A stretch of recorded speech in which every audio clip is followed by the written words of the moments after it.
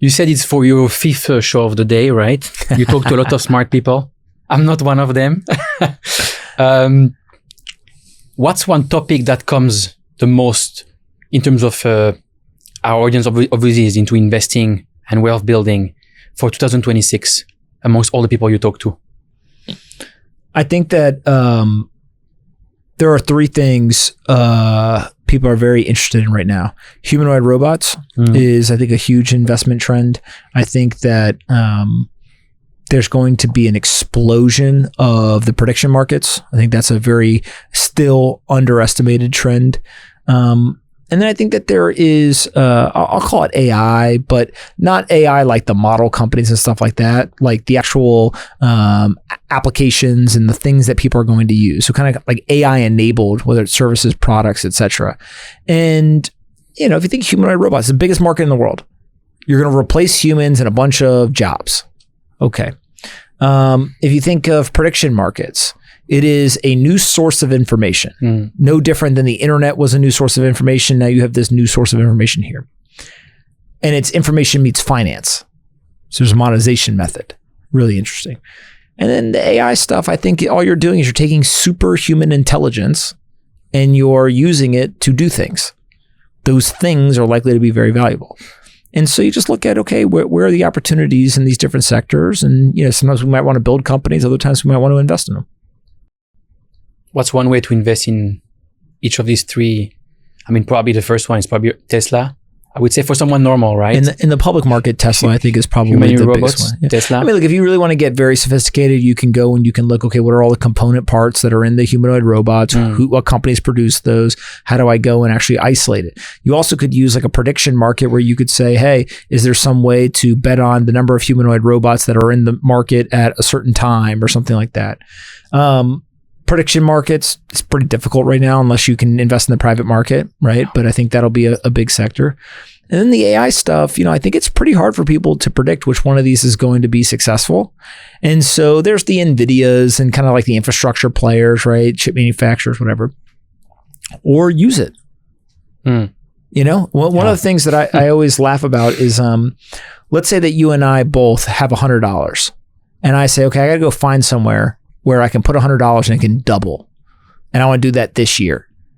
There's not a lot of 2Xs in 12 months. Now, people coming from the crypto world, like, what are you talking about? That happens in like 5 days, right? You know, they're so used to, you know, kind of this different world. But in the regular world, most investors, if they got 2X every year on an investment, they would be ecstatic. But could you just use the AI to make an extra $100?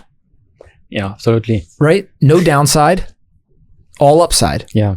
I talked to Brian Armstrong from Coinbase and Avishal from Electric Capital, and they both said the same thing.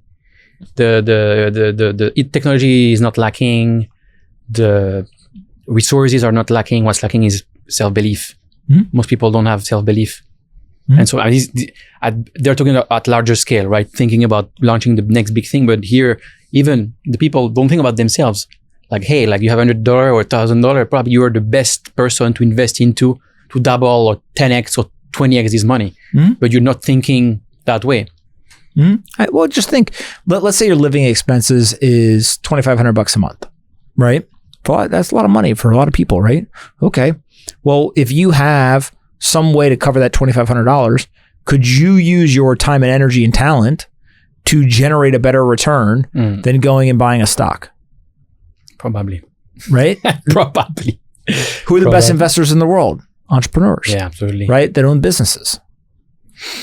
Let's finish with a quick one that people will want to know. You still own a big chunk of your Bitcoin, your portfolio in Bitcoin.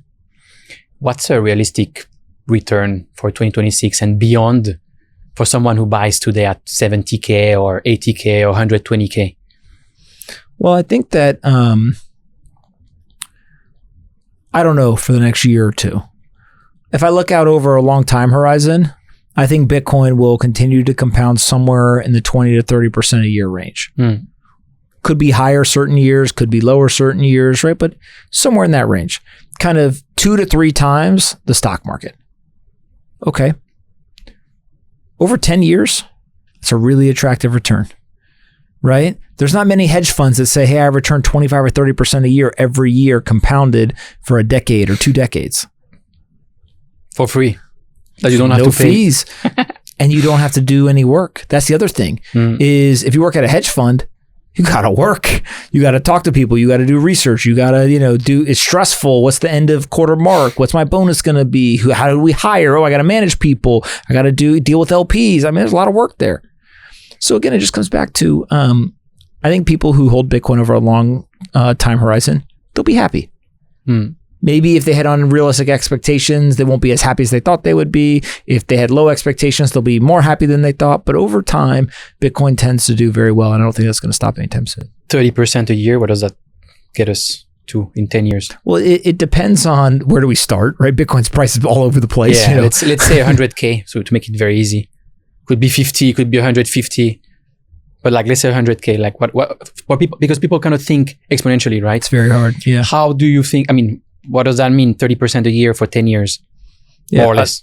I don't know what the math is off the top of my head, right? I can't think exponentially either. But if you just think about every single year, that compounding gets bigger and bigger. And the longer it goes, the more in the later years, right? So the beauty of compounding is it's like the Buffett, 65 years old. And after, that's when he made most of his money. He started when he was 12, right?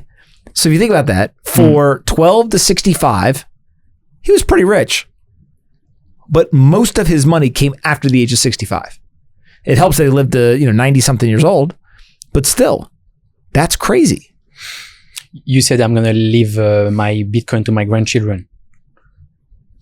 So that's probably in a long time. What do you think a Bitcoin could be worth in whatever 30, 40, 50 years when you leave your Bitcoin to grandchildren? 1 Bitcoin. What? One Bitcoin is going to equal 1 Bitcoin, right? Answer. Just think fiat currency has been around since 1971, right? We're 55 years into the experiment? Yeah. So 40 years from now means that Bitcoin would be the same age that fiat currency is right now. 1 Bitcoin. It's worth 1 Bitcoin. $1 right? is definitely not worth $1 anymore. $1 is not worth $1 from last year, right?